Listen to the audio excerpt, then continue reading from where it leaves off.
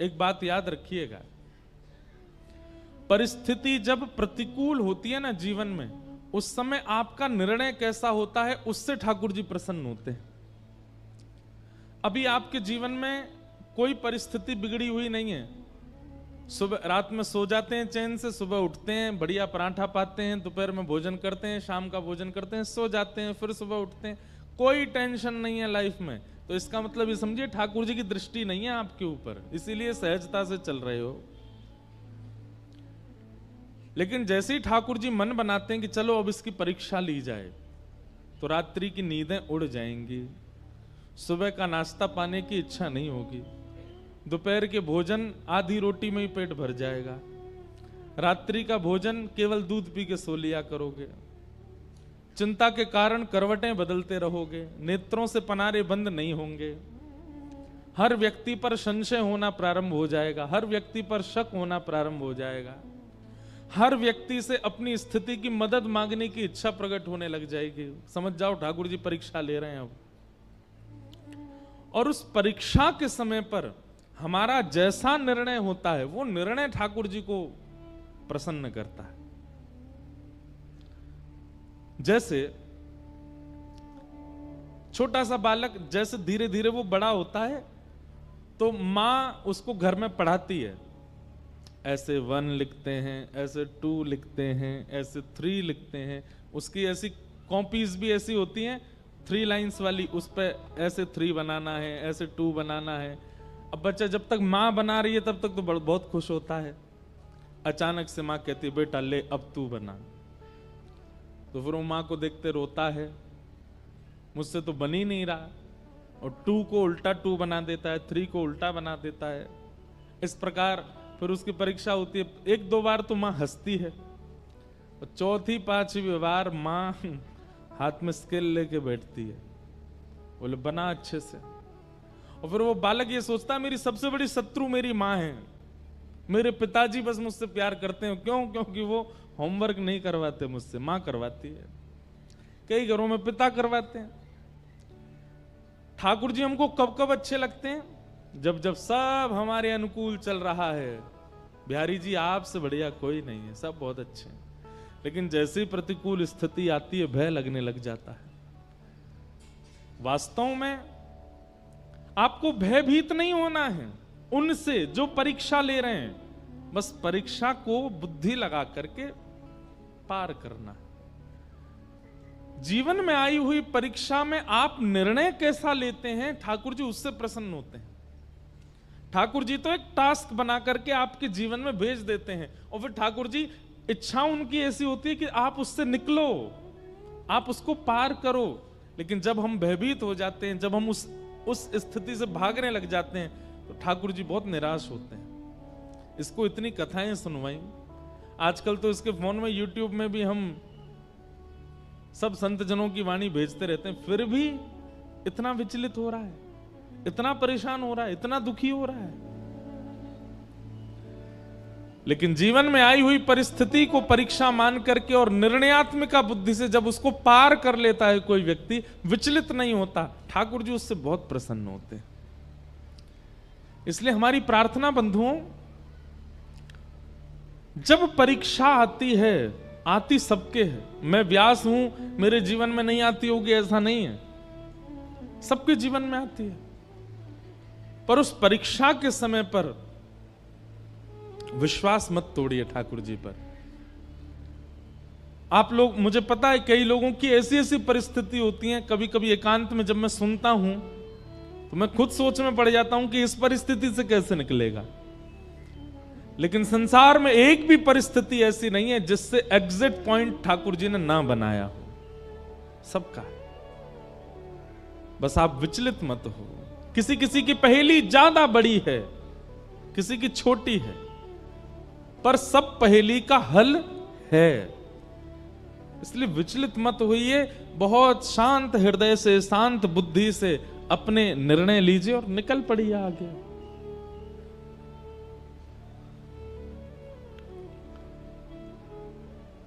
ठाकुर जी की प्रसन्नता नाम जप से है, ठाकुर जी की प्रसन्नता वैष्णव तिलक धारण से है, ठाकुर जी की प्रसन्नता एकादशी व्रत धारण से है।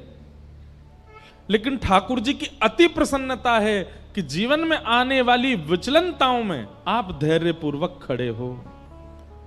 जीवन में आने वाले उतार चढ़ाव को आप बड़ी आसानी से पार कर रहे हो। ठाकुर जी उससे अति प्रसन्न होते हैं।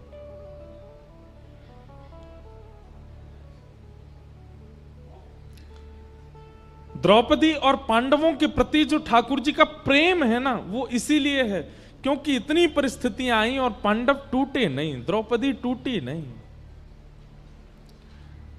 आज तो परीक्षा की पराकाष्ठा हो गई। बालक कितना प्रिय होता है मां को। बालक कभी अगर ऊधम मचाता है तो मां सबको डांट देती है, बोले इसको कुछ मत कहो, ये ऊधम करे मुझे बताओ, मैं इसको मारूं डांटू कुछ भी, और कोई इसको छुएगा नहीं। कई बार मां ऐसा बोल देती है टीचर्स को भी कि ज्यादा ऊधम मचाए तो आप इसको देख लेना, लेकिन फिर थोड़े अगर वही टीचर उसको पीट पाट दे तो फिर मां फिर लड़ने आ जाती है। बोले आपने इसको क्यों मारा, बोले इसने होमवर्क नहीं किया, तो बोले आप मुझे बताओ आप क्यों मार रहे हो। मां कभी नहीं देख सकती कि उसके पुत्र को उसके अलावा कोई और डांटे, पर यहां द्रौपदी के 5 बालक मार दिए गए और वो हत्यारा सामने खड़ा है और द्रौपदी कहती है इसको मुक्त कर दो। कल हमने इसी विषय पर बृहद चर्चा की थी। 5 बातें कहीं, धर्मम न्यायम शकरुणम निर्वलीकम समम महत। द्रौपदी की बात में धर्म है, न्याय है, करुणा है, समता है। ठाकुर जी उससे प्रसन्न हो गए और भगवान ने अपना नाम द्रौपदी को प्रदान किया। अश्वत्थामा पकड़ा हुआ था। अर्जुन बोले अब क्या करें, तो आधी दाढ़ी मूंछ और शिखा छेदन करके उसको सभा से निष्कासित कर दिया। भगवान बोले भैया अब तुम्हारा सब सुलह हो गया है, महाभारत युद्ध तुम लोग जीत गए हो, अब हस्तिनापुर की गद्दी पर बैठो, आनंद करो, अब मुझे आज्ञा दो, बहुत दिन हो गए हैं मैं द्वारिका से बाहर हूं, अब मैं वापस द्वारिका जा रहा हूं। ठाकुर जी जैसे ही रथ में आरूढ़ होकर के द्वारिका को प्रस्थान करने लगे, इतने में ही अर्जुन की पुत्र वधू, अर्जुन के पुत्र का नाम अभिमन्यु और अभिमन्यु की पत्नी उसका नाम उत्तरा। उत्तरा भगवान की ओर दौड़ी दौड़ी चली आ रही है और दोनों भुजाएं उठा करके ठाकुर जी से क्षमा याचना करती हुई रक्षा की कामना कर रही है। पाहि पाहि महायोगिन देव देव जगतपते नान्यम तद्भयम पश्ये यत्र मृत्यु परस्परम। हे नाथ मेरी रक्षा करो। भगवान बोले अभी द्रौपदी को मुक्त किया, अब ये कौन रोने लगा। तभी देखा कि पुत्र वधू अभिमन्यु की वधू रोती हुई आ रही है। भगवान ने तुरंत कहा उत्तरा क्या बात है, क्यों रो रही हो। बोले देखिए ना, जिस अश्वत्थामा को अभी सभा में अपमानित करके बाहर निकाल दिया, उसी ने ब्रह्मास्त्र छोड़ दिया है मेरे गर्भ के बालक को मारने के लिए। भगवान ने जैसे ही ब्रह्मास्त्र को देखा तो अंगुष्ठ मात्र एक और रूप धारण किया। एक रूप से तो सामने खड़े हैं और एक रूप से अंगुष्ठ मात्र रूप धारण करके गर्भ में प्रवेश किया। और भगवान की गदा का नाम है चक्रा। क्या नाम है? ठाकुर जी की गदा का नाम है चक्रा। अपनी चक्रा नाम की गदा को ठाकुर जी ने द्रुत गति से घुमाया और गर्भ के उस बालक की रक्षा हुई। बहुत सावधानी से सुनिए सब लोग। भगवान ने उस गर्भ के बालक की रक्षा की।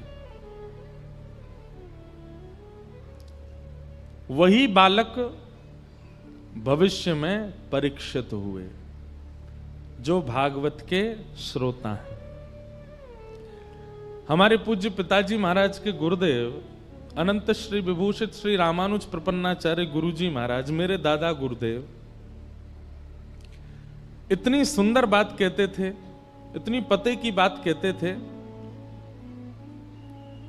वे कहते थे कि इधर देख लो, सुन लो। वे कहते थे कि जिस गर्भ में ना जाना पड़े उसकी सारी योजनाएं सारे शास्त्र बताते हैं। भजन करो, नाम जप करो, पुण्य करो, सत्कर्म करो, कीर्तन करो, तिलक लगाओ, आदि आदि सब सत्क्रियाएं करो। क्यों? क्योंकि इन सब के करने से पुनर्जन्म न विद्यते, पुनर्जन्म नहीं होता, फिर एक ही जन्म में सब कट जाता है। हमारे पूज्य पिताजी महाराज जी गुरुदेव कहते कि गर्भ में ना आना पड़े, इसी की योजना भागवत जी बताती हैं, इसी की योजना मानस जी बताती हैं, इसी की योजना वाल्मीकि रामायण बताती हैं। और उसी गर्भ में ठाकुर जी ऐसे प्रवेश कर गए बिना कुछ विचार किए। आपको पता है, जब मां के गर्भ में बालक होता है, श्रीमद् भागवत के तृतीय स्कंद में कपिल विभूति संवाद में जंतु स्तुति है। वहां पर भगवान कहते हैं कि नरक से भी ज्यादा कष्टदायी होता है मातृगर्भ। कभी आपको अवसर लगे, हमने एक कथा की थी नासिक में 1 महीना की, उस कथा में आप लोग सुनिएगा। वहां कपिल विभूति संवाद हमने विस्तार से कहा था। तब वहां ये स्तुति गाई थी कि गर्भ का बालक जो स्तुति गाता है वो स्तुति कैसे करता है। गर्भ के बालक की इतनी भयावह परिस्थिति होती है, जरा सी दुर्गंध आ जाए तो हमसे बैठ पाना मुश्किल होता है, लेकिन मल मूत्र के भरे हुए एक टब में वो बालक उल्टा पड़ा ही रहता है 9 महीने तक। और ऐसा कहते हैं कि उसकी जो त्वचा होती है वो इतनी कोमल होती है और मां के पेट के जीवाणु धीमे धीमे उसको काटते हैं, कभी कभी इतनी पीड़ा देते हैं। जब 7वें महीने में बालक आ जाता है ना, तो भगवान से हाथ जोड़ता है, हे विधाता मुझे यहां से निकालो कैसे भी, मैं बहुत परेशान हूं। भगवान कहते हैं जन्म लेके तुम वही सब करोगे, उल्टे सीधे काम, छल कपट बाजी, खाना पीना, मदिरा उड़ाना, ये सब की करो। बोले आपको सौगंध खा के कह रहा हूं, इतना भजन करूंगा कि दोबारा यहां ना आना पड़े मुझे। लेकिन जैसे ही जन्म लेता है, पहचानना प्रारंभ करता है, ये भूआ है, ये फूफा है, ये चाचा हैं, ये चाची हैं, ये दादी हैं, ये दादा हैं, ये पत्नी है, ये बच्चे हैं। धीरे धीरे भूल जाता है ठाकुर जी को दिया हुआ वचन। बीच बीच में ठाकुर जी संदेशा भिजवाते हैं गुरुजनों के द्वारा, हाँ भाई कथा सुन लो। ये सब क्या सुनना हमको। और फिर से उसी गर्भ में जाने की पूरी योजना बना लेता है, क्रियाओं को खराब करके, स्वभाव को गंदा करके, दूसरों के साथ छल कपट करके क्या करते हैं हम, पुनर्गर्भ में आने की सारी योजना बनाते हैं। और सुनिए, कर्म के अनुसार पुनर्गर्भ मिलेगा तो कई लोगों को लगता है इसमें क्या बुराई है, ठीक है हम फिर से जन्म ले लेंगे, लेकिन कहां मिलेगा ये तो नहीं पता ना। हो सकता है मानव के गर्भ में नहीं गए, कुकर सूकर के गर्भ में गए, तो मानव तो फिर भी बहुत सदा हुआ भोजन करता है, वो लोग तो कुछ भी खा लेते हैं, और वो जो खाते हैं वो सब बालक को पीड़ा देते हैं भीतर। कई बार तो आपको विश्वास नहीं होगा, जन्म दे के जानवरों की जो माताएं होती हैं वो जन्म दे के अपने बालकों को ही खा जाती हैं। अब सोचो, कोई आना चाहता है, पुनर्जन्म लेना चाहता है, लेकिन फिर भी अपनी क्रिया नहीं सुधारता, स्वभाव नहीं सुधारता, अपने वचन नहीं सुधारता, अपने नियम नहीं सुधारता, योजना पूरी बनाता है पुनर्जन्म की। तो पूरी बात हम ये कहना चाहते हैं कि पुनर्जन्म ना लेना पड़े, उसी की योजनाएं सारी बताई गई। मातृगर्भ में ना आना पड़े, पीड़ा ना सहनी पड़े, उसी की योजना सब बनाते हैं। तो फिर भगवान कैसे उत्तरा के गर्भ में प्रवेश कर गए। हमारे पूज्य गुरुदेव भगवान, दादा गुरुदेव भगवान कहते कि भैया परीक्षित राजा है इसलिए बचाने गए नहीं, परीक्षित अर्जुन का होने वाला नाती है इसलिए बचाने गए। द्रौपदी के पुत्रों को भी बचा सकते थे ठाकुर जी। ये उत्तरा के गर्भ के बालकों को क्यों बचाया भगवान ने? तब गुरुदेव भगवान कहते हैं, क्योंकि ठाकुर जी को पता है कि भविष्य में मेरी कथा का प्रथम श्रोता होगा, ये मेरी कथा का श्रोता बनने वाला है। ठाकुर जी को अपना कथा का श्रोता इतना प्रिय है कि उस प्रिय श्रोता की रक्षा के लिए गदा लेकर के ठाकुर जी गर्भ में प्रवेश किए और ब्रह्मास्त्र को नष्ट कर दिया।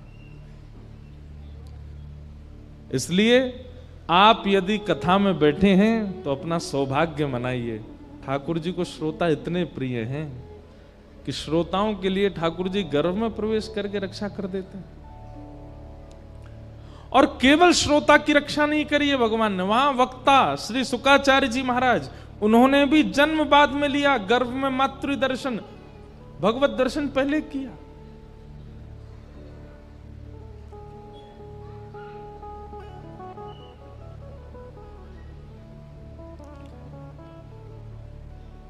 भगवान ने उत्तरा के गर्भ में प्रवेश करके उनके बालक की रक्षा की,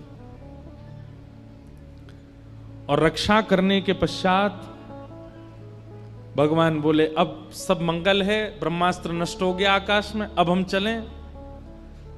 तो कुंती स्तुति गाने लगी भगवान की। कुंती ने बहुत सुंदर स्तुति गाई।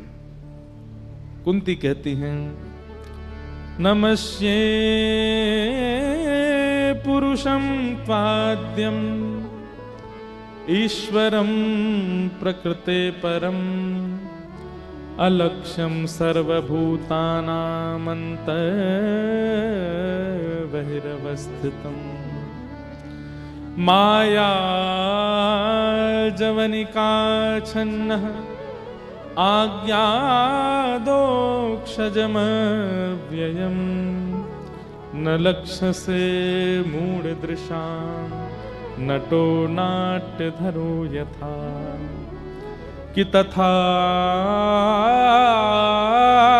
परमहंसानां मुनीनाममलाशनां भक्तियोग विधानार्थं कथं पश्येम हि स्त्रियः। कुंती ने भगवान की स्तुति गाई। विस्तार का अवकाश नहीं है, आज नंदोत्सव है ठाकुर जी का। अभी प्रथम स्कंद पर हम हैं, धीमे धीमे सब प्रसंगों को स्पर्श करते हुए चलेंगे आगे। कुंती ने भगवान की स्तुति गाई। भगवान कुंती की स्तुति सुन के अब द्वारिका प्रस्थान करने लगे। तो पांडवों में श्री युधिष्ठिर जी रोने लगे। भगवान ने युधिष्ठिर की ओर देखा, क्यों रो रहे हो भैया? तब युधिष्ठिर के मन में आया कि मैंने बहुत बड़ा अत्याचार कर दिया महाभारत युद्ध के द्वारा, मुझे नरक जाने से कोई नहीं बचा पाएगा। तब भगवान ने सोचा कि मेरे संग रहते हुए मेरी आज्ञा से युद्ध करने पर भी इनको संशय है अपनी गति पर। समझ रहे हैं बात को? बहुत ध्यान से सुनिए सब लोग। ठाकुर जी कह रहे हैं कि मैं साथ खड़ा था और पूरा युद्ध का नेतृत्व मैं कर रहा था, फिर भी युधिष्ठिर को संशय है अपनी गति पर। आप यदि भागवत सुनते हैं, आप यदि कथा श्रवण करते हैं, सत्संग करते हैं, रसिक जनों की वाणी सुनते हैं, और उसके बाद कभी आपको संशय होने लग जाता है अपने जीवन पर, ठाकुर जी को बहुत पीड़ा होती है, तो फिर कथा क्यों सुनते हो? रसिक जनों की वाणी क्यों सुनते हो? आपको अपने जीवन पर संशय कैसे हो सकता है?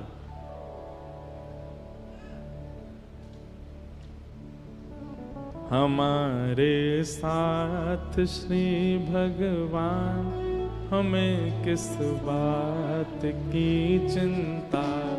हमारे साथ श्री भगवान, हमें किस बात की चिंता। हमारे साथ है भगवान, हमें किस बात की चिंता। हमारे साथ है भगवान, हमें किस बात की चिंता। हमें किस बात की चिंता, हमें किस बात की चिंता। हमें बात की चिंता, हमें किस बात की चिंता। हमारे साथ हैं भगवान, हमें किस बात की चिंता। हमारे साथ है भगवान, हमें किस बात की चिंता। हमारे साथ हैं भगवान, हमें किस बात की चिंता। हमारे साथ है भगवान, हमें किस बात की चिंता। किया करते हो क्यों दिन रात तुम बिन बात की चिंता। किया करते हो तुम दिन रात क्यों बिन बात की चिंता। तेरे स्वामी को रहती है तेरी हर बात की चिंता। तेरे स्वामी को रहती है तेरे हर बात की चिंता। ये भाव या ये बात केवल इसलिए कह रहे हैं कि आप लोगों ने अब कथा सुन ली है, आप लोग वृंदावन हो आए हो, एक बार गुरु दीक्षा ग्रहण कर ली है, किसी गुरु के परमाश्रित हो चुके हो। अब आप लोगों को अपने जीवन पर संशय नहीं होना चाहिए, चिंता नहीं होनी चाहिए। विश्वास कीजिए, ठाकुर जी के समर्पित होने के बाद में अब ये भरोसा दृढ़ होना चाहिए कि बस अब चाहे जो हो जाए हमारे ऊपर कोई दिक्कत नहीं आने वाली। जैसे अर्जुन, पूरे महाभारत युद्ध में कौरवों के हर योद्धा का एक ही टारगेट है कि अर्जुन को घेरना है। युधिष्ठिर सामने से निकल जाता है ना तो योद्धा कहते कोई बात नहीं, इसको निकलने दो। भीम निकल जाता, निकलने दो। नकुल सहदेव निकल, अर्जुन को पकड़ो कहां है। और अर्जुन ठाकुर जी के पीछे खड़ा है, बिल्कुल चिंता नहीं। अब आप सोचिए 18 दिन के युद्ध में एक बाण तो लगा होगा अर्जुन को। जब इतनी बड़ी सेना का एक ही केंद्र बिंदु है तो अर्जुन को एक बाण तो कहीं खरोंच ही आ गई होगी। कुछ नहीं हुआ अर्जुन को। क्यों? करिष्ये वचनम तव। ठाकुर जी को अपना रथ का सारथी बना करके उसने समर्पित कर दिया। मेरे जीवन की ये रथ डोर आपके हवाले, नाथ जहां ले चलो मैं तैयार हूं। और कौरवों के उस विशाल सेना के समुद्र को आकाश से जब देवता देखते थे ना, कौरवों की सेना ऐसे लगती थी जैसे कोई विशाल समुद्र में लहर उठ रही हो, और पांडवों की सेना ऐसी लगती थी जैसे 2-4 नदियां मिल गई हों। लेकिन उस विशाल कौरव सैन्य सिंधु को भगवान ने ऐसे पार करा दिया अर्जुन को, जैसे कोई छोटे से बालक को गाय के खुर का गड्ढा लंघवा देता। एक बार भी यदि जीवन में कथा का आश्रय और ठाकुर जी का आश्रय लिया है, फिर चिंतित मत होइएगा कि ध्रुव प्रहलाद गणिका गज अजामिल को उबारा था। कि ध्रुव प्रहलाद गणिका गज अजामिल को उबारा था। कि ध्रुव प्रहलाद गणिका गज अजामिल को उबारा था। ध्रुव प्रहलाद गणिका गज अजामिल को उबारा था। उन्हीं का कर रहे गुणगान, उन्हीं का कर रहे गुणगान, उन्हीं का कर रहे गुणगान, उन्हीं का कर रहे गुणगान। तो फिर किस बात की चिंता। उन्हीं का कर रहे गुणगान, तो फिर किस बात की चिंता। दीवाने बन गए हैं अब, हमें दुनिया से क्या लेना। दीवाने बन गए हैं अब, हमें दुनिया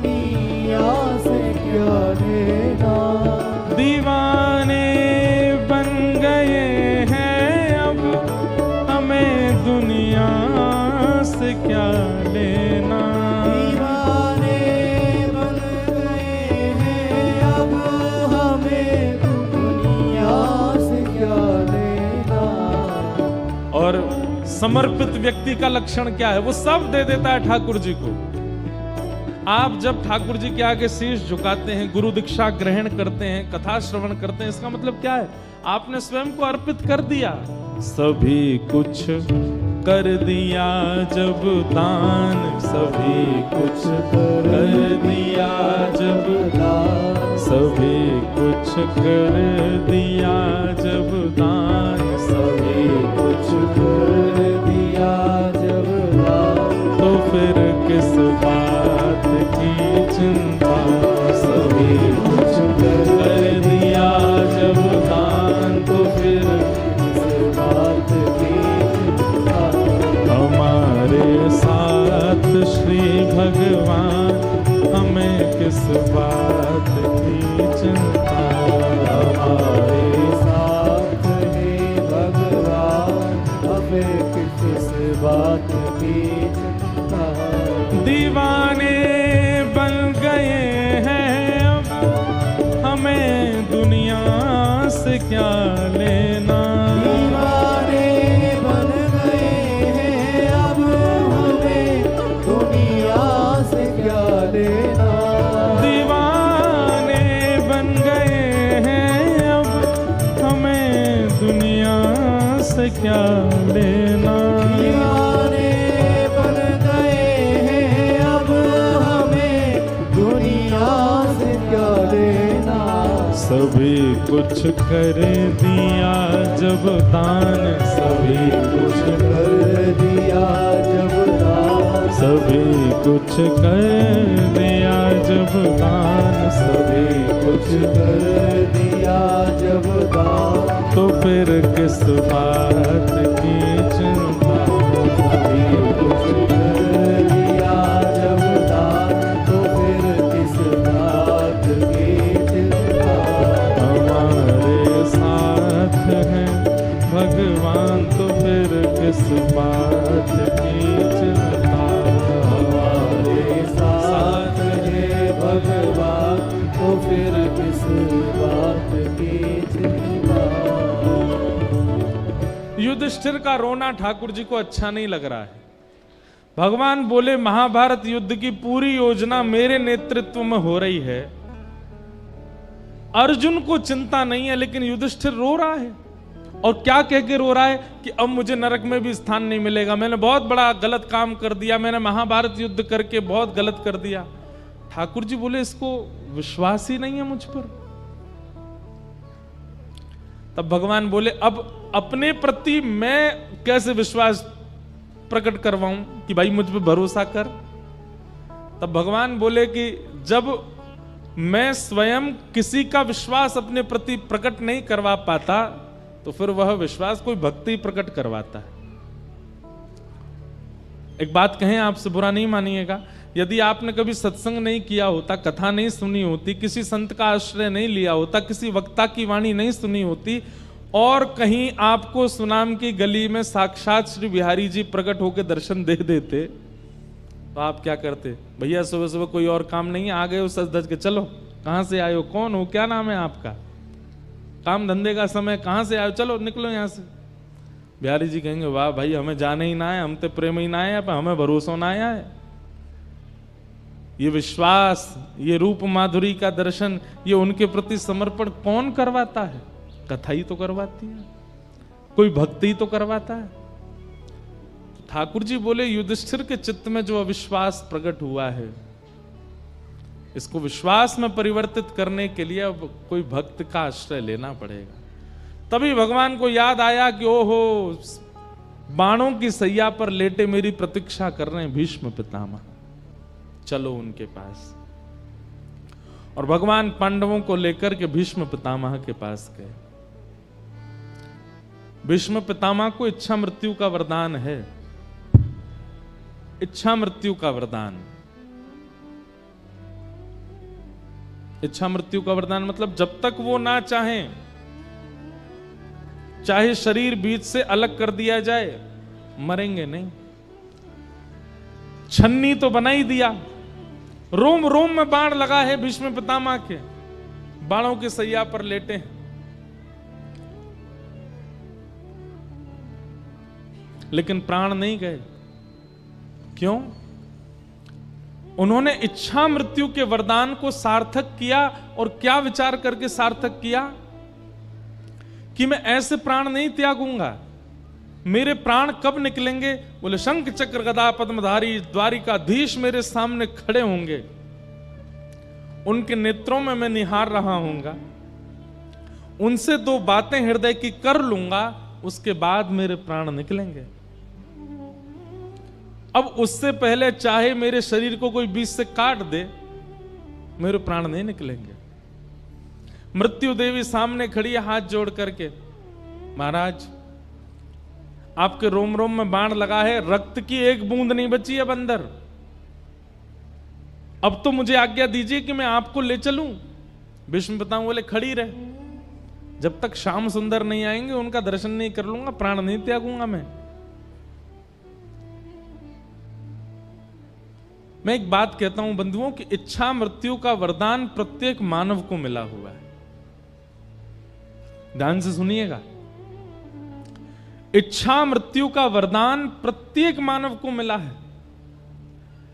लेकिन बात यहां अटक जाती है कि मानव ने कभी मृत्यु की इच्छा ही प्रकट नहीं की। कोई भी व्यक्ति मृत्यु की इच्छा प्रकट करता ही नहीं, उसको जीवन की ही इच्छा है, जीवित रहने की ही इच्छा है।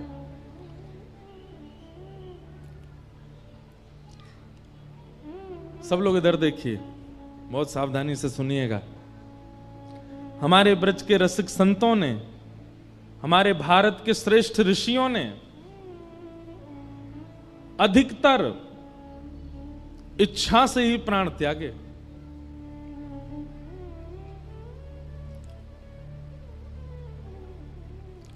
मृत्यु की इच्छा बलवान नहीं है उनके आगे, हमारे आगे है। पर हमारे ब्रज के और भारत के कई ऋषियों ने अपनी इच्छा से प्राण त्यागे।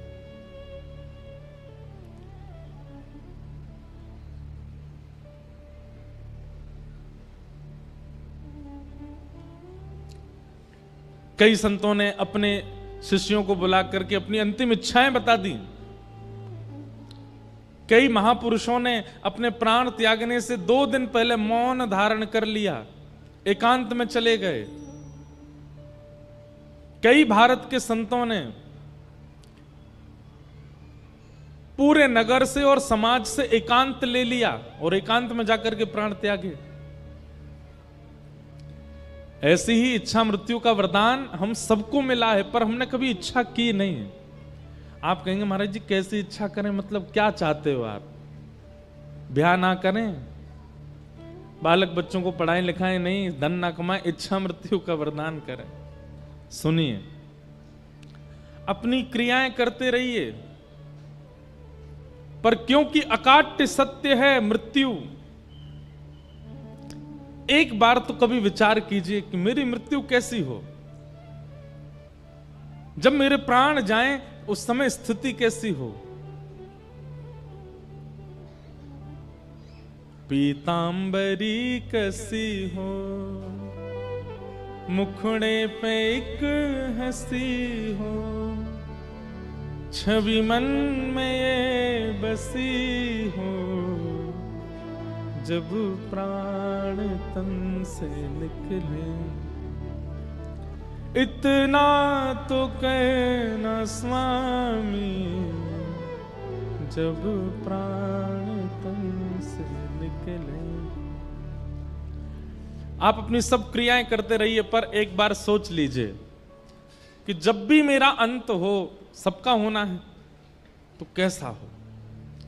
और अभी कम अवस्था में ही विचार कर लोगे और नित्य विचार करते रहोगे, नित्य विचार करते रहोगे, तो फिर ठाकुर जी योजना बनाएंगे, आपका अंतिम समय वैसे ही जाएगा जैसा आपने विचार किया। पर हमने कभी विचार किया ही नहीं कि हमारा अंतिम काल कैसे जाए। इसीलिए अधिकतर या तो हॉस्पिटलों में जाता है, या तो दवाइयों के बीच में जाता है, वेंटिलेटर पर जाता है, कहीं भी चले जाते हैं।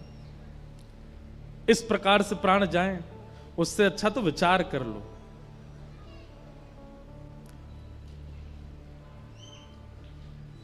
इच्छा मृत्यु। हम सुनाम से वृंदावन जाएं, राधा रमण, राधा वल्लभ बिहारी जी सब जगह दर्शन करें, और सब जगह दर्शन करने के बाद में और फिर श्री राधा वल्लभ लाल जी की प्रसादी पावें। वहीं पर एक रसिक महापुरुष की कथा चल रही हो, उनकी कथा श्रवण कर लें, वृंदावन की परिक्रमा करें, ब्रजरज माथे से लगावें, खूब हरिनाम संकीर्तन करते हुए नृत्य करें। सायंकाल का समय हो जाए, सूर्यास्त हो रहा हो, लोग दीपदान कर रहे हैं यमुना जी में, और हम श्री यमुना जी के तट पर बैठे हैं, रज में सुख आसन में बैठे हैं, नेत्र बंद हो जाएं, और तभी श्री प्रियालाल जी के सुंदर अंग की सुगंध नाक में आने लगे। नेत्र खोल करके देखें तो सामने श्याम वर्ण की श्री यमुना जी में से दिव्य ठाकुर जी का स्वरूप प्रकट हो जाए।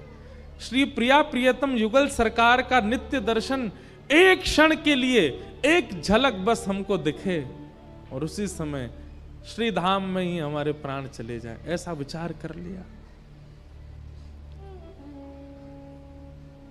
हम कथा सुन रहे हो, आदि आदि जैसा आपको प्रिय लगे।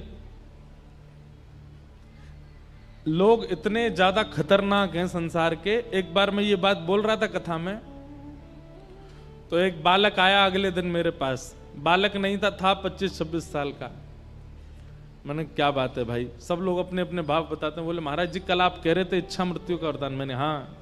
बोले मैंने भी सोचा, कल रात भर सोचा मेरी इच्छा मृत्यु कैसी हो। मैंने कैसी हो भाई? बोले महाराज जी दुबई में मेरा बहुत बड़ा बंगला बन जाए, करोड़ों की मुझ पर 5-6 गाड़ियां हों, और भगवत कृपा से मेरे 2-3 ब्याह हो जाए। मैंने कहा वाह भाई। मैंने कहा और? बोले मेरी मनचाही वस्तु जो मैं पाना चाहता हूं उसको मैं खा लूं, खा करके मेरा पेट भरा हो, गाड़ियों की इच्छा, घर की इच्छा, धन की इच्छा, पत्नी की इच्छा, बच्चों की इच्छा सब पूरी करके खूब प्रसाद पा करके यहां तक अपना पेट भरूं, और महाराज सभी मेरे प्राण निकल जाएं। मैंने कहा भाग जा, दिखना नहीं मुझको। लोग इतने खतरनाक हैं कि वो संसार के विषयों को सोच के भी प्राण त्यागने में राजी हैं।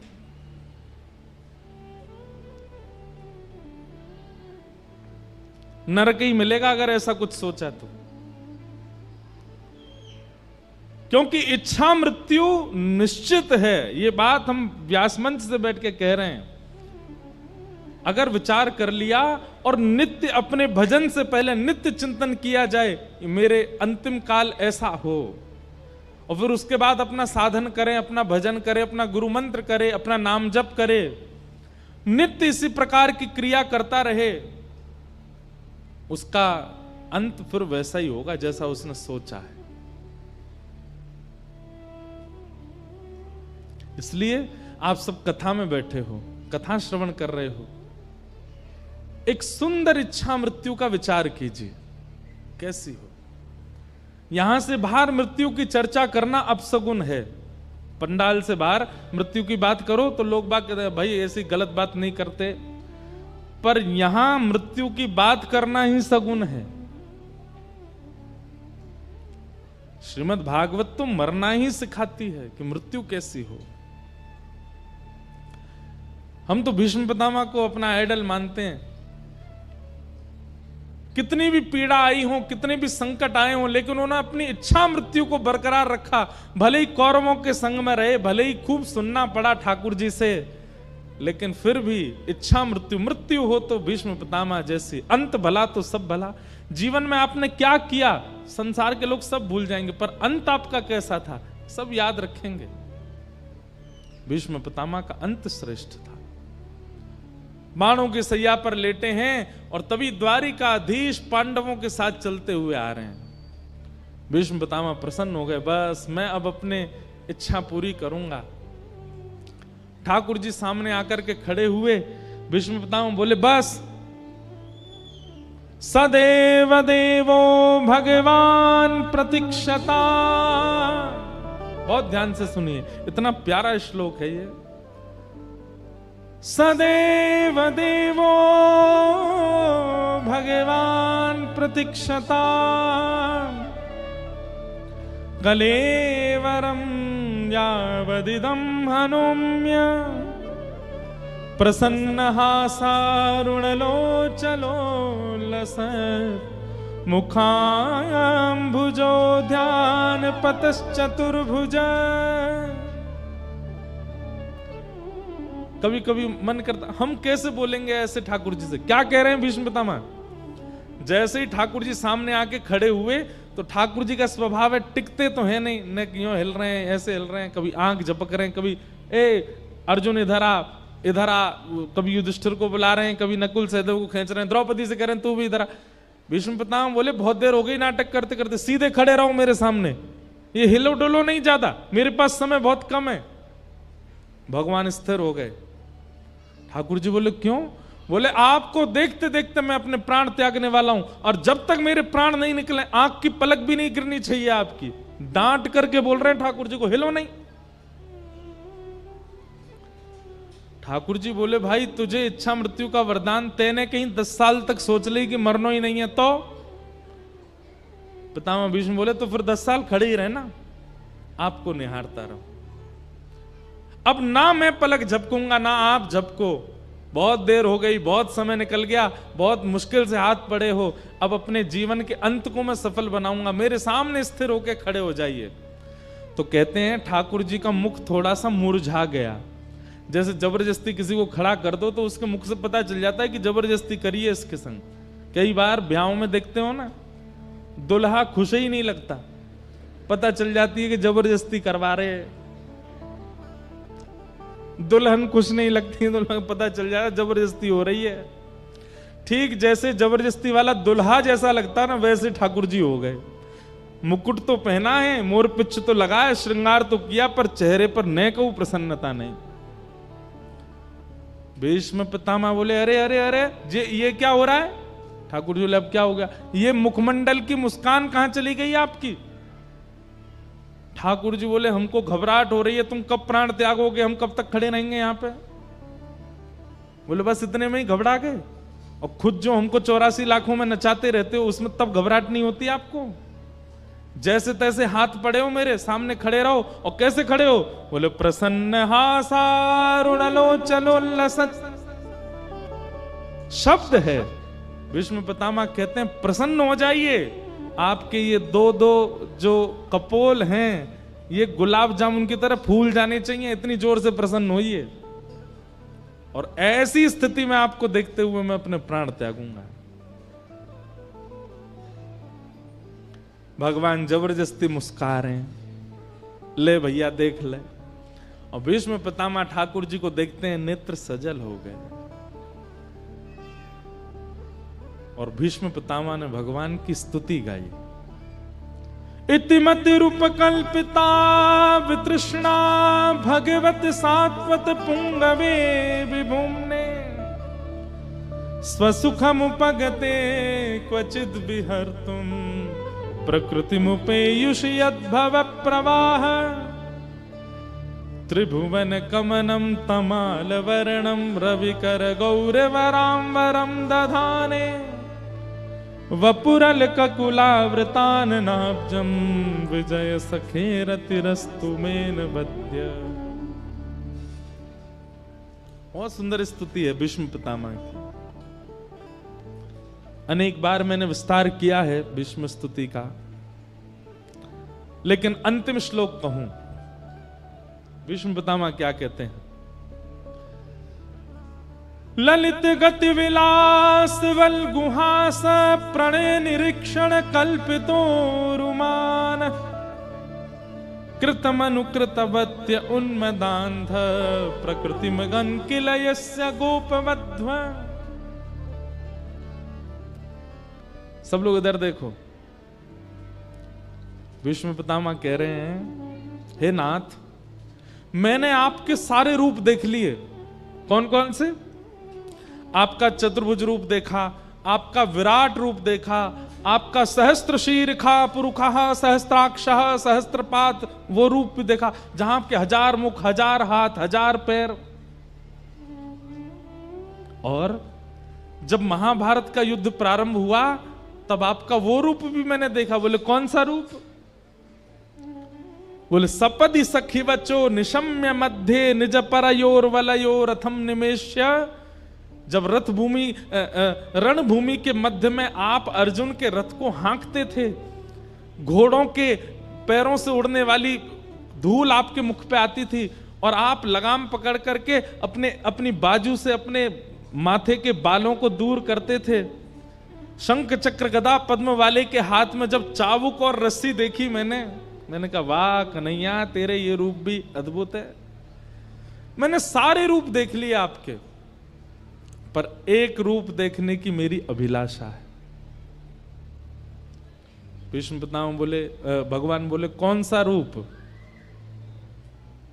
तब यहां पर कितना सुंदर शब्द है, बोले ललित गति विलास बल गुहास। आप जब ललित गति से चलते हो, ललित गति कैसी है?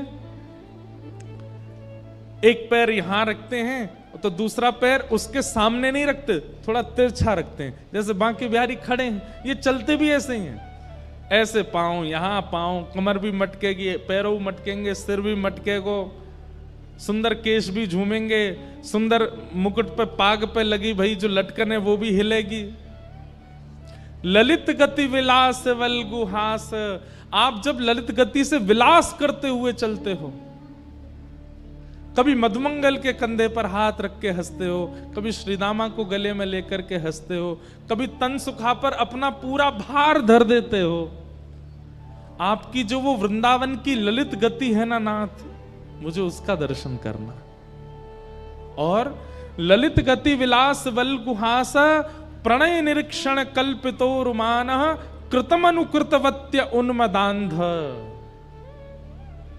जैसे ब्रज की गोपियां वो आपको भिन्न भिन्न रूप बना देती हैं। कैसे?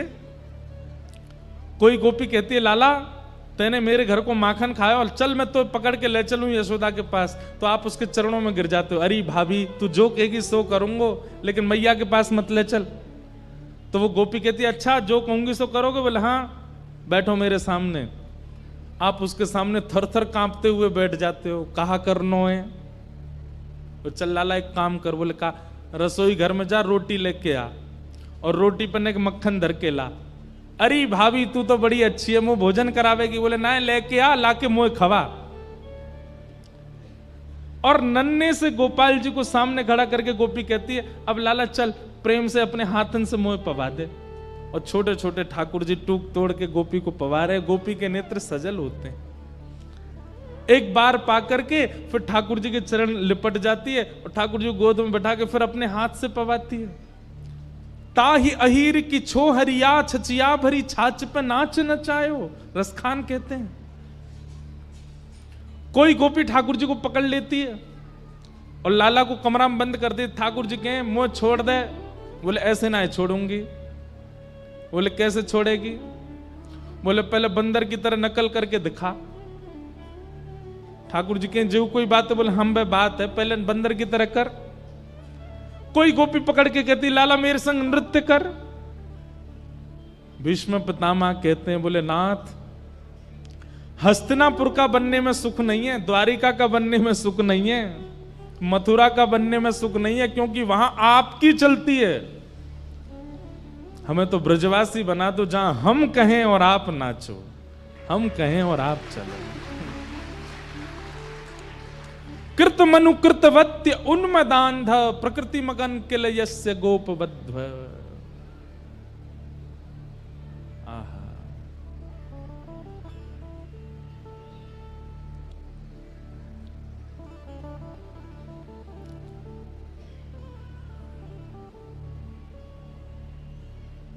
वो ललित गति का मुझे दर्शन करना है। हमारे अष्ट साप के सखा गाते हैं सबही अंग को बाको गिरधर सबही अंग को बाको।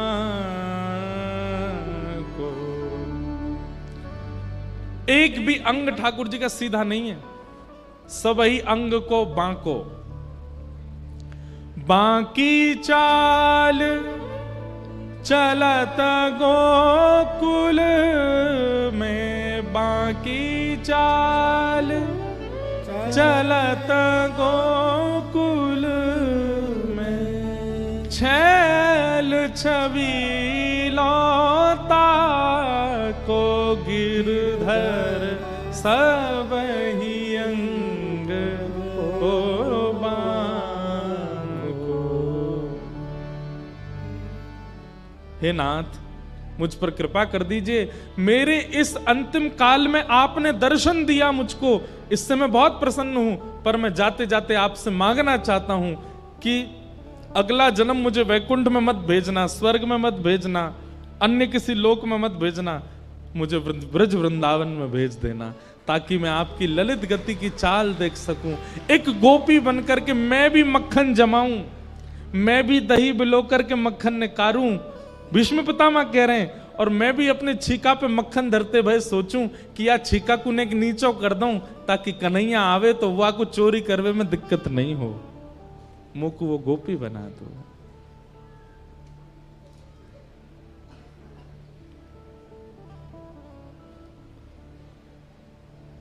ठाकुर जी भीष्म पितामह से बहुत प्रसन्न हो गए। भीष्म पितामह ने अपनी स्तुति के अंत में ब्रज को याद किया और पितामह भीष्म ने अपने प्राण त्याग दिए, भगवान द्वारिका को चले गए।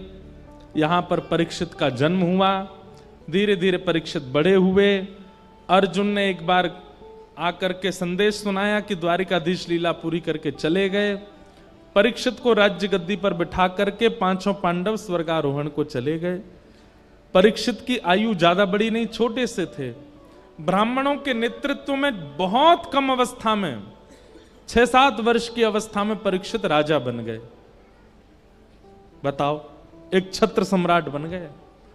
लेकिन ब्राह्मणों के निर्देश में राजपाट संभालने लगे। धीरे धीरे बड़े हुए, उनका विवाह हुआ, जन्मेजय आदि पुत्र हुए। एक दिन परीक्षित को कलयुग मिला। बैल के पैर काट रहा था काला काला व्यक्ति। परीक्षित ने उसको मारने का प्रयास किया तो चरणों में गिर गया और कहा, महाराज मुझे मत मारिए, मैं ब्रह्मा के द्वारा बनाया गया हूं। परीक्षित बोले, कौन हो तुम? बोले, सतयुग के बाद त्रेता आता है, त्रेता के बाद द्वापर, और द्वापर के बाद मेरी आगमन होता है कलयुग। मैं कलयुग हूं। कलयुग नाम सुनते ही परीक्षित घबरा गए। बोले, तुम कैसे आए? बोले, जैसे ही भगवान धराधाम छोड़ करके गए, मेरा आगमन हो गया।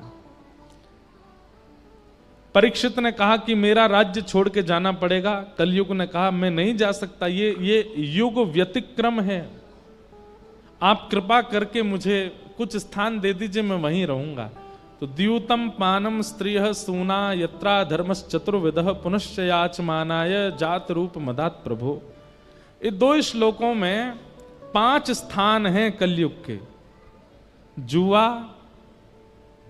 मदिरापान, परस्त्री गमन, हिंसा और अनीति से कमाया गया धन। इन 5 स्थानों पर कलयुग निवास करता है। अब इनका विस्तार अगर मैं करूं तो इन 5 का विस्तार बहुत बृहद हो जाएगा। जुआ, जुआ का मतलब खेल में खेलने वाला जुआ ही नहीं होता। जुआ का मतलब धन का असद प्रयोग कहीं भी आप करते हो, वो सब जुआ है। पानम, अपनी जिह्वा पर किसी भी ऐसे पदार्थ को आप धारण करते हो जिससे आपका दिमाग अनकॉन्शियस हो जाता है, नशा होने लगता है, वो सब पानम की दृष्टि में आता है। तीसरा है परिस्त्री गमन। एक पत्नी व्रत धारण करके रहना है। पत्नी होने के पश्चात किसी के प्रति कुदृष्टि होना ये पाप है। पति होने के पश्चात किसी अन्य पुरुष के प्रति भाव होना ये पाप है। द्यूतम पानम स्त्रिय, और चौथा स्थान बताया सूना, यानी कि हिंसा, जबरदस्ती। कोई बात इतनी बड़ी नहीं है फिर भी लड़ाई करनी है। उसने मुझसे ऐसा बोला क्यों, उसने ऐसा किया क्यों, इसका मुंह फोड़ूंगा मैं। ये जबरदस्ती के कलेश करने की जिनकी बहुत मनस्थिति होती है, उनको वो भी कलयुगी हैं। जैसे पता चल जाए, ए सुन, पता है कल तेरे बारे में ऐसे ऐसे कह रहे थे, क्या कह रहे थे? बोले वो नहीं याद मुझे क्या कह रहे थे, बस कह रहे थे, बस पूरी रात सोया नहीं, दिन भर सोया नहीं, उन लोगों के बीच में पहुंच गया, लड़ने लगा, उनको ब्लॉक मार दिया सब जगह से, ले बेटा। इस प्रकार की मनस्थिति वाले लोग ये कलयुगी हैं। हिंसा में उनकी बड़ी रुचि होती है, लड़ने झगड़ने में बिल्कुल पीछे नहीं रहते। और अंतिम कलयुगी लोगों का लक्षण क्या है? बिना मेहनत के धन कैसे मिल जाए, इसकी विचारधारा में जो लगे रहते हैं। अनीति से कमाया गया धन, ये 5 स्थान कलयुग को प्रदान किए। राजा परीक्षित ने एक संत का अपमान कर दिया, जिसके कारण उनके मस्तिष्क में कलयुग प्रविष्ट हो गया। और संत के पुत्र शमिक ने 7 दिन में मरने का श्राप दिया। मैं सूक्ष्म में कह रहा हूं क्योंकि प्रसंग अभी बहुत हैं, सबको प्रणाम करना है। आप सब लोग तैयार होके बैठे हैं, पीले पीले बने आए हो, ठाकुर जी को नंदोत्सव होना है, इसलिए बस क्रम पूरा कर रहे हैं। परीक्षित जी महाराज को 7 दिन में मरने का श्राप लगा, पर वो विचलित नहीं हुए। जैसे ही उन्हें पता चला कि मुझे 7 दिन में मरने का श्राप लगा है, तुरंत अपना मुकुट उतार दिया, अपने पुत्र को बुला करके उसको पहना दिया और कहा, बेटा अब तुम राज शासन संभालो। पत्नी को बुला के कहा, बिल्कुल विचलित मत होना, मैं सौभाग्यशाली हूं, संसार का कोई व्यक्ति जानता ही नहीं है कि उसकी मृत्यु कब होगी, अगले क्षण भी हो सकती है, पर मैं ये जानता हूं कि 7 दिन से पहले मेरी मृत्यु नहीं होगी, 7वें दिन ही होगी, इसलिए मैं अपना कल्याण कर सकता हूं। मतलब जीवन में होने वाली स्थिति को नकारात्मक वे में ना सोच करके उसमें कोई सकारात्मक बुद्धि रखता है, ये एक वैष्णव का लक्षण है। कोई काम जिसके लिए आप वर्षों से लगे थे, अंत में आकर के वो नहीं बना, संसारी व्यक्ति तो टूट जाएगा, लेकिन वैष्णव वो टूटेगा नहीं, वो उसके प्रति भी कोई सकारात्मक भाव रखेगा। शायद ये काम बन जाता, बनने के बाद में कुछ बहुत बड़ी घटना हो जाती, इसलिए ठाकुर जी ने बनने ही नहीं दिया, ऐसी विचारधारा। परीक्षित की सोच कितनी अच्छी है। परीक्षित कहते हैं कि संसार का कोई भी व्यक्ति नहीं जानता कि उसकी मृत्यु कब होगी, पर मैं जानता हूं कि मैं 7 दिन से पहले तो नहीं मरूंगा, इसलिए देवी इन 7 दिनों को मैं भगवत अर्पित करना चाहता हूं, मुझे आज्ञा दो। पत्नी की आज्ञा लेकर के परीक्षित वन में चले गए और वन में उन्हें श्री अनेक संत मिले, तभी वहां श्री सुखदेव जी का आगमन हुआ। बोलो सुखदेव जी महाराज की। सुखदेव जी महाराज जैसे आकर के मंच पर विराजमान हुए, परीक्षित ने चरणों में प्रार्थना करते हुए कहा, महाराज जल्दी मरने वाले की मुक्ति का उपाय बताओ।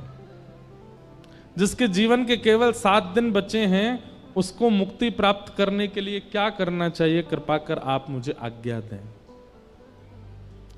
और यहां से श्री सुखदेव जी बोलना प्रारंभ करते हैं। अब देखो एक बात सुनिएगा, सब लोग इधर देखो, सावधानी से सुनो। सुखदेव जी का प्रसंग अब प्रारंभ हो रहा है।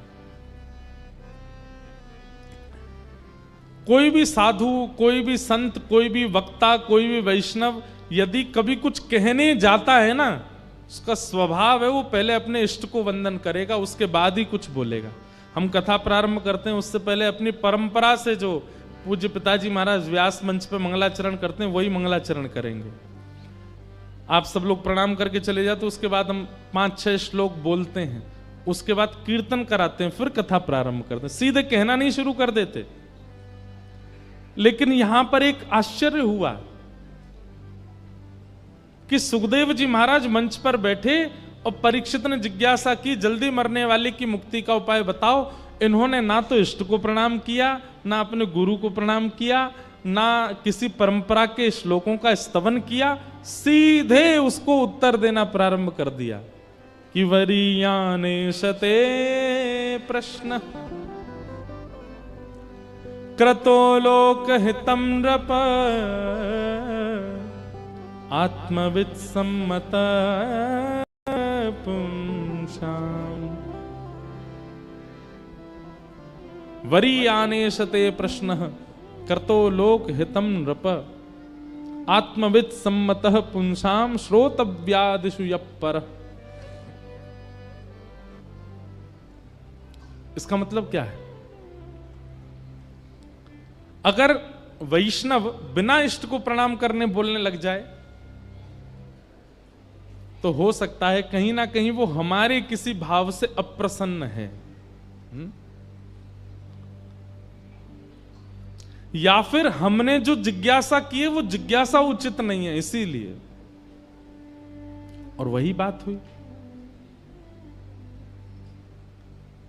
सुखदेव जी महाराज कहते हैं, बोले राजन, तुमने जो ये प्रश्न किया है ना, जल्दी मरने वाले की मुक्ति का उपाय क्या है, अगर तुमने लोक हित के लिए यह प्रश्न किया है, संसार के लिए यह प्रश्न किया है कि संसार के जो लोग जल्दी मरने वाले हैं वो अपनी मुक्ति कैसे प्राप्त करें, तो तुम्हारा प्रश्न अच्छा है। लेकिन अगर यह प्रश्न कहीं तुमने अपने लिए किया है तो यह उचित नहीं है। परीक्षित बोले, मतलब 7 दिन में मेरी मृत्यु होनी, मैं अपने लिए ही तो पूछूंगा। मैंने संसार के लिए पूछा हो तो यह प्रश्न अच्छा है, अपने लिए अगर पूछ रहा हूं तो गलत है। इस बात का क्या मतलब हुआ?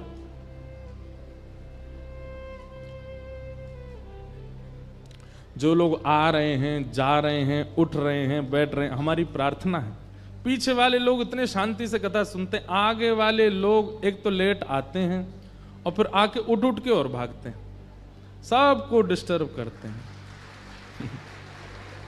ये देखो पीछे वाले ताली बजा रहे हैं, कोई नहीं, हम तुमको ही कथा सुना रहे हैं। बिल्कुल, आगे वाले तो बैठ जाते हैं बस। वो बेचारे इतने ध्यान से कथा सुनते हैं, पर ये बीच वाले और आगे वाले, इनको उठने से ही फुर्सत नहीं होती, यहां से आएंगे वहां, हमारा भी ध्यान भंग होता है।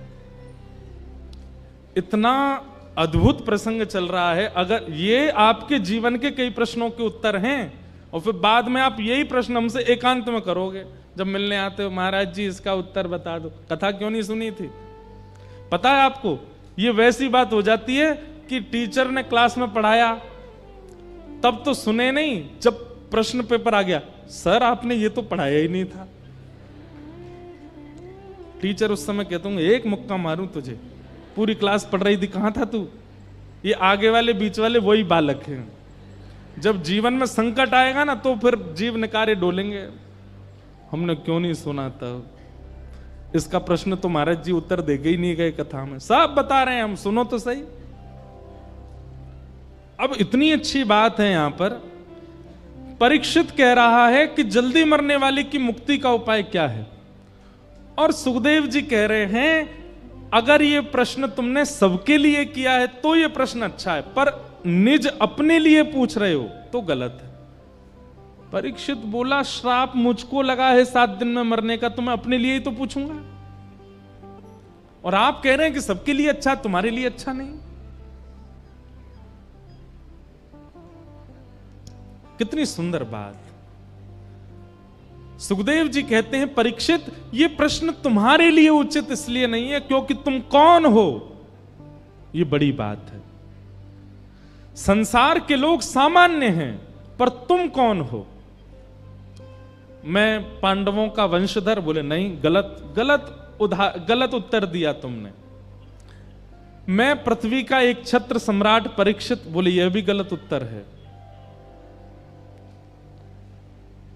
तो फिर मुझे क्या उत्तर देना चाहिए? तब श्री सुखदेव जी महाराज कहते हैं, तुम वो बालक हो जिसकी मृत्यु को भगवान ने टाला था। तुम वो बालक हो जो अपनी मातृ गर्भ में प्राण त्यागने वाला था, पर ठाकुर जी ने आकर के तुमको बचाया। तुम वो बालक हो। तुम वो बालक हो जिसने जन्म बाद में लिया है, गर्भ में भगवान का दर्शन पहले किया है। और ऐसा बालक, बात सुनो, ऐसा बालक जिसकी रक्षा स्वयं प्राणनाथ ने की हो, जिसकी रक्षा स्वयं संसारनाथ ने की हो, जगन्नाथ ने की हो, वो बालक मेरे सामने हाथ फैला के कह रहा है जल्दी मरने वाले की मुक्ति का उपाय बताओ। तुम तो पहले ही मुक्त हो चुके हो क्योंकि तुम्हारी रक्षा भगवान ने की है। ठाकुर जी की एक झलक किसी पर पड़ जाए, ठाकुर जी का स्पर्श किसी को हो जाए, ठाकुर जी के भ्रमण के दायरे में, जहां ठाकुर जी भ्रमण कर रहे हो उस दायरे में अगर कोई जीव जंतु भी आ जाए उसकी भी मुक्ति हो जाती है। तुम तो वो बालक हो जिसने अपनी मातृ गर्भ में भगवान का दर्शन किया, तुम मुक्ति की कामना कैसे कर सकते हो? सीधी बात यह है परीक्षित, तुम पहले से ही मुक्त हो, तुम्हें मुक्ति की कामना नहीं करनी है, तुम्हारी मुक्ति तो होगी होगी, क्योंकि तुम तो ठाकुर जी के संस्पर्श के बालक हो। इसलिए ये प्रश्न अगर तुम अपने लिए कर रहे हो तो ये उचित नहीं है, क्योंकि तुम्हारी मुक्ति से कोई अभिप्राय नहीं है। शुक्राचार्य जी महाराज कहते हैं भगवान ने मां के गर्भ में प्रवेश करके तुमको केवल इसलिए बचाया कि एक दिन तुम मुक्ति मांगो। वही मुक्ति जो पूतना को भी मिली है, वही मुक्ति जो शूर्पणखा को भी मिली है, वही मुक्ति जो कुंभकर्ण को भी मिली है, वही मुक्ति जो रावण को भी मिली है, वही मुक्ति जो कंस को भी मिली है, वही मुक्ति जो अघासुर, बकासुर, धेनुकासुर, सारे असुरों को यह मुक्ति मिल चुकी है, वही मुक्ति परीक्षित भी मांग रहा है। तो फिर भगवान ने तुम्हारी मां के गर्भ में तुमको बचाया क्यों? ठाकुर जी को कोई उम्मीद है तुमसे, इसलिए। एक बात बताएं बंधुओं, लगभग संसार का हर व्यक्ति अपने जीवन में एक बार तो ऐसी स्थिति से निकल के आता है जहां वो मृत्यु के बिल्कुल किनारे पे खड़ा था और वो बच जाता है। बस कैसे कृपा हो जाती है, क्या होता है, इसका मतलब क्या है? ठाकुर जी एक मौका अवसर तो सबको देते हैं, हम सब परीक्षित हैं, हम सबको ठाकुर जी कभी ना कभी जरूर बचाते हैं, लेकिन उसके बाद भी हम संभलते नहीं, फिर भी संसार की क्रिया और फिर अंत में मुक्ति की कामना करते हैं। हम सबको श्री सुखदेव जी महाराज कह रहे हैं तुम्हारी रक्षा भगवान ने क्यों की थी उस दिन? इसीलिए कि तुम एक दिन मुक्ति मांगो। मान लीजिए आप नाम जापक हो, मैं कथाकार हूं, हम दोनों को ही मुक्ति मिल जाए और हम दोनों हाथ पकड़ करके गए वैकुंठ, और हम बड़े प्रसन्न, भाई सुनाम से अकेले तुम और मैं दोनों जा रहे हैं वैकुंठ। वैकुंठ में जैसे हम पहुंचे बोले हमको तो मुक्ति मिली, हमको तो मुक्ति मिली। वैकुंठ के द्वार खुले, भीतर प्रवेश किए, बहुत ऐसा लग रहा था हम कितने इंपॉर्टेंट हैं। और जैसे ही भीतर गए तो हमको कहां बैठा दिया गया, लीजिए आप यहां बैठ जाओ। हम जाके बैठ गए, हमने देखी हाँ भाई लंबी लाइन है यहाँ पे, देखें तुसी और किस किस को मुक्ति मिली है। अरे ये तो अमृतसर वाले भाई साहब हैं, इनको भी मुक्ति मिली है। अरे ये तो हिसार वाले भैया इनको भी मिल गई है। तभी क्या देखा थोड़ी दूर पे, ये 10 मुंह वाला कौन बैठा, बोले ये रावण है, इसको भी मिली है। हमने इतना नाम जप किया, हमने इतनी कथाएं सुनी, इतनी परिक्रमा करी, परिक्रमा कर करके गिरिराज जी की छोटे है गए हम, तब जाकर के हमको मुक्ति मिली। और ये राक्षस अपने 10 मुंह से गाली देता था, इसको भी मुक्ति दे दी ठाकुर जी ने। तब फिर आपको लगेगा हम में इसमें अंतर क्या है? फिर जो भजन करके हमको मिला वो द्वेष करके इसको भी तो मिला है। क्योंकि गोस्वामी जी कहते हैं भाव कुभाव अनख आलसहु, नाम जपत मंगल दिश दशहु। भाव से कुभाव से कैसे भी ठाकुर जी को स्मरण करते हो, मंगल तुम्हारा होगा। मुक्ति की कामना नहीं। परीक्षित, मुक्ति तो तुमको मिली हुई है। परीक्षित ने हाथ जोड़ के कहा तो फिर इन 7 दिनों का मैं क्या करूं? ये जो 7 दिन मुझे मिले इसका मैं क्या करूं? बोले यह भी प्रश्न है कि उस ब्राह्मण बालक ने तुमको 7 दिन में मरने का ही क्यों कहा? ऐसा क्यों नहीं कहा कि अभी इसी वक्त तक्षक सर्प डस दे और राजा परीक्षित की मृत्यु हो जाए? उसने ऐसा क्यों कहा कि अगले 7 दिन में मृत्यु हो? यह भी तुम्हारे ऊपर कृपा है। मुक्ति के लिए 7 दिन की आवश्यकता नहीं।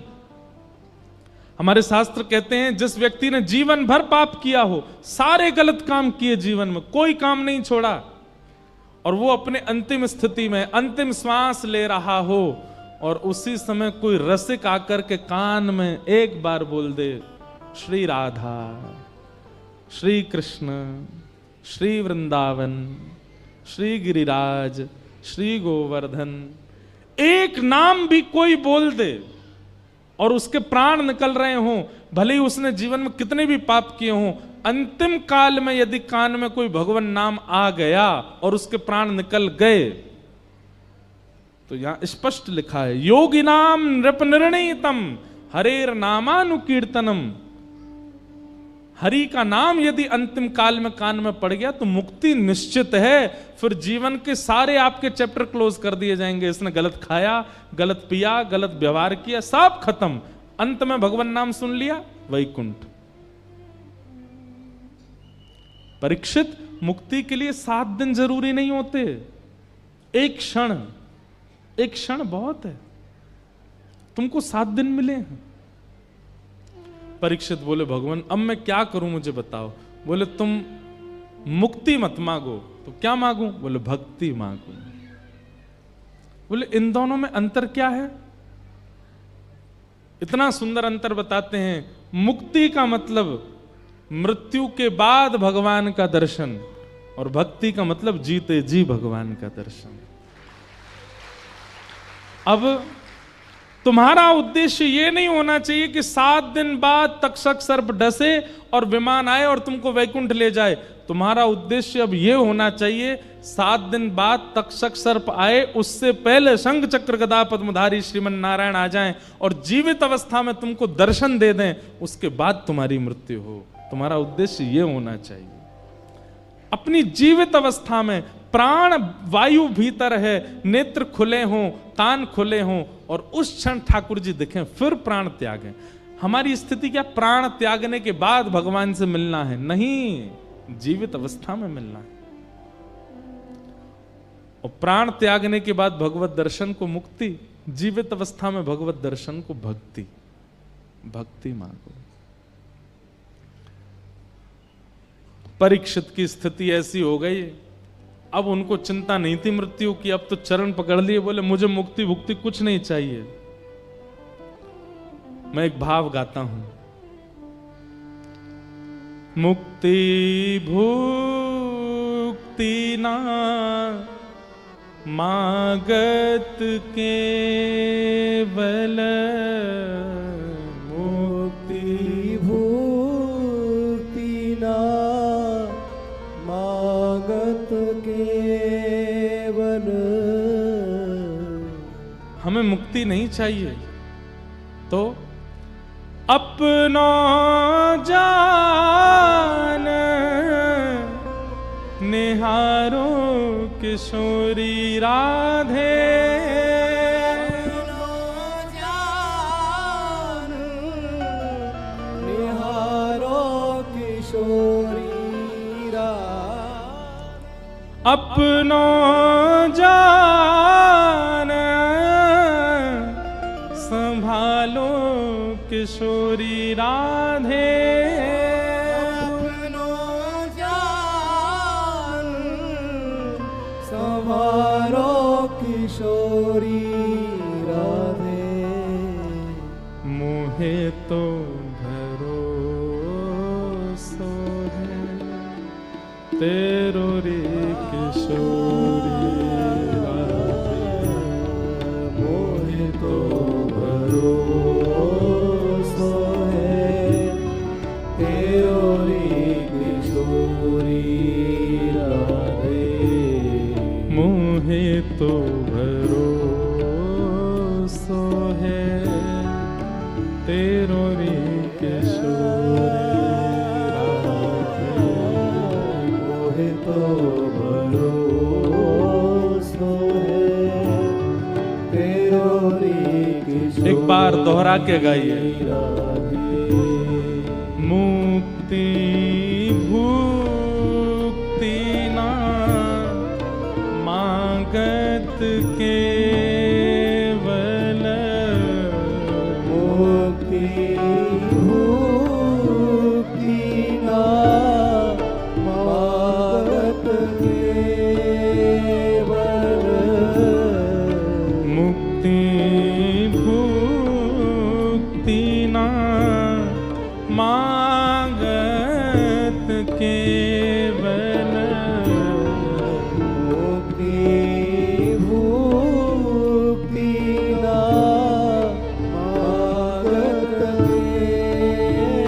फिर अपना जान संभालो किशोरी राधे, अपनो जान संभालो किशोरी राधे। इसका भाव क्या है? हमें मुक्ति नहीं चाहिए, भुक्ति नहीं चाहिए। हे श्यामाजू, केवल एक बार आप बस ये कह दियो, ये मेरो है, ये जो बैठो है ना, ये मेरो है। बस आप ये कह देना कि हम आपके हैं, और ये कहने के बाद भले ही जीवन भर हमारी ओर देखना मत, हम पर कोई कृपा मत करना, हमें छोड़ देना अकेले, हम जीवन पूरा व्यतीत केवल इसी भाव में कर लेंगे। किशोरी जी ने हमें अपनाया है। अपनो जान संभालो किशोरी राधे, अपनो जान संभालो किशोरी राधे। मोहे तो भरोसा है तेरो रे किशोरी राधे, मोहे तो भरोसा है तेरो रे किशोरी राधे। मोहे तो भरोसा है तेरो री किशोरी राधे, मोहे तो भरोसा है तेरो रे किशोरी राधे। मोहे तो भरोसा है तेरो री किशोरी राधे, मोहे तो भरोसा है तेरो रे किशोरी राधे। मोहे तो भरोसा है तेरो रे किशोरी राधे, मोहे तो भरोसा है तेरो रे किशोरी राधे। साधनहीन दीन में राधे, साधनहीन दीन मेरा राधे। तुम करुणामयी प्रेम अगाधे,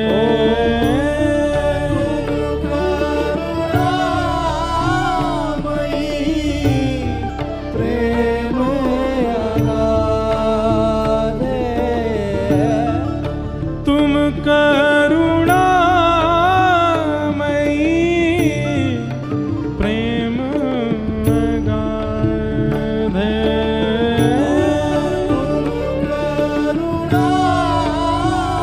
करुणामयी प्रेम अगाधे। मोहे तो भरोसा है तेरो रे किशोरी राधे, मोहे तो भरोसा है तेरो रे किशोरी राधे। तेरो रे किशोरी राधे, तेरो रे किशोरी राधे। तेरो रे किशोरी राधे, तेरो रे किशोरी राधे। और कोई कामना नहीं है हमारी। और ये बात मैं नहीं कह रहा हूं, ये स्वयं श्री परीक्षित जी महाराज को सुखदेव जी समझा रहे हैं कि मुक्ति की कामना मत रखो, भागवत जी के प्रति तो भक्ति की कामना रखो, और केवल ये कामना रखनी है कि मृत्यु हो उससे पहले एक बार बस ठाकुर जी प्रसन्न होके कह दें कि हाँ मैंने तू स्वीकार कर लियो, बस फिर चाहे प्राण चले जाएं।